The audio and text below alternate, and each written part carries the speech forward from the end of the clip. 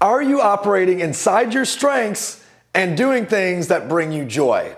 Years ago, I was meeting with one of my top 5 money earners, and he was talking to me about how he's becoming more and more frustrated with certain aspects of the work that we were doing. And it dawned on me, I drew quadrants on a piece of paper, and I broke it down like this. I said, okay, let's pretend the stuff up here is things that you love, and the stuff down here is things that you don't love doing.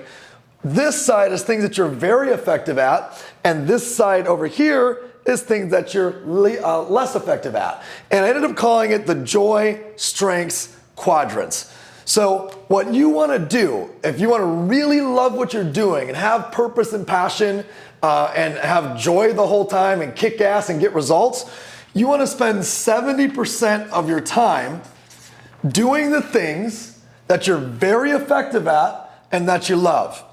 You should spend 20% of the time of things that you're very effective at and that you don't love. You should spend 10% of the time operating on things that you love, but you're less effective at it. And then lastly, you should spend 0% of your time on things that you don't love, that you have very little effectiveness at it. Let's talk a little bit more about this. This 70% is pretty obvious. You're very effective at it, you love it, stay there, gift zone, joy, make it happen. What about this? See, I believe you'd spend 20% of your time on things that you're very good at, even if you don't love it, because you can't just walk away from your own business. You can't be like, I don't like doing that anymore, even though I'm amazing at it, and just walk away. Things will start to unwind, things will start to crumble. So if you're really, really good at something, even if you don't love it, you should still do a few of those things. This 10% up here, if you love it and you're not effective at it, hey, do shit that makes you happy. Even, for me, I shouldn't be singing, but I still sing.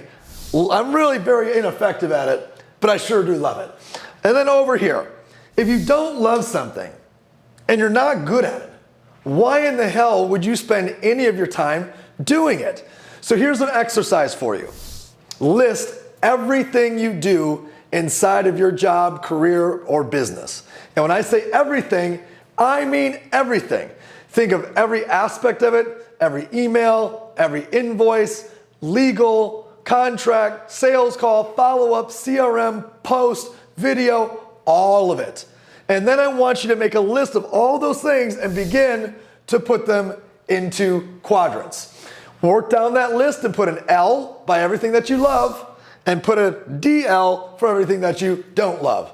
Then go back up to the top of the list, put a very effective at, a VE next to everything you're very effective at, and then put an LE next to the things that you have little effectiveness at. All of a sudden, you'll be able to put them into quadrants based on how you ranked them, and you should have literally 30, 40, 50, 60 things that you're doing inside of your career. Now figure out what you should not be spending any more time on and where you should be spending your time in your sweet spot. Joy, strengths, quadrants, fill them out.